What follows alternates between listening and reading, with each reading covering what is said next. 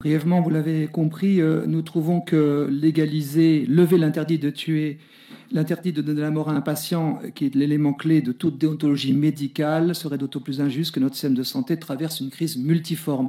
À nos yeux, ce texte contredit notre devise nationale dont il se revendique.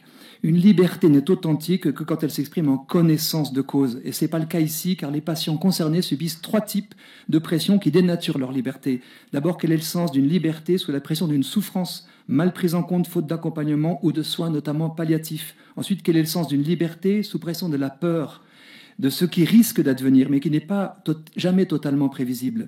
Enfin, quel est le sens d'une liberté sous la pression d'une société qui vous juge inutile, coûteux, pesant, à laisser entendre que la vie des personnes malades n'a plus de sens ni de valeur? Le droit à la prétendue aide à mourir finit par se retourner en devoir de mourir. Il faut ajouter que la mort administrée s'imposerait aux proches, sans recours possible, aux pharmaciens, aux établissements de santé, sans clause de conscience, et à toute l'équipe soignante empêchée d'accompagner un patient.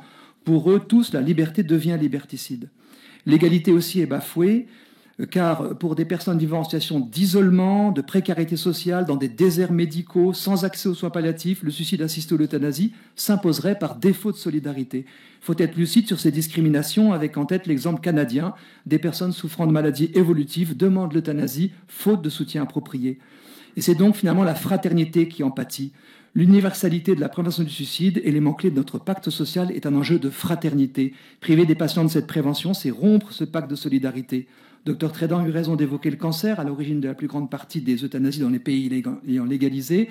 Ce sont les patients psychiquement fragiles, isolés, démunis, âgés, qui seraient les premiers à demander l'euthanasie. Au Canada, ce sont les personnes aux revenus les plus faibles.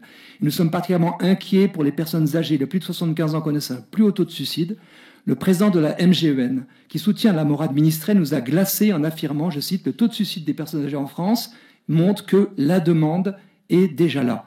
Mais c'est l'offre de suicide assisté qui crée la demande. Au lieu de dire « on sera là pour prendre soin de vous jusqu'au bout car votre vie a du prix », cette offre impose une question qui inverse le sens de la fraternité. N'est-ce pas le moment de partir? Vous avez fait votre temps.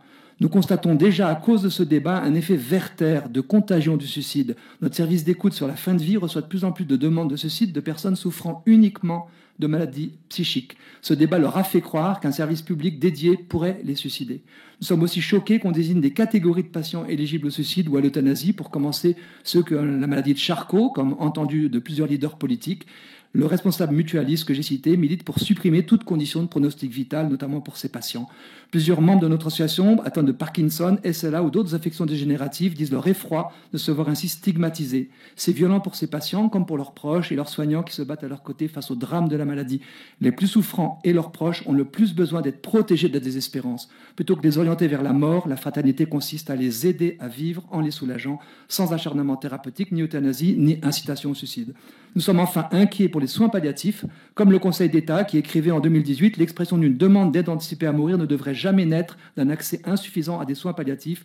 L'accès à des soins palliatifs de qualité constitue un préalable nécessaire à toute réflexion éthique aboutie sur la question de la fin de vie. C'est pourquoi nous estimons que devrait être consensuelle une loi de programmation pour appliquer le plan décennal de soins palliatifs préalable à toute modification de la loi fin de vie.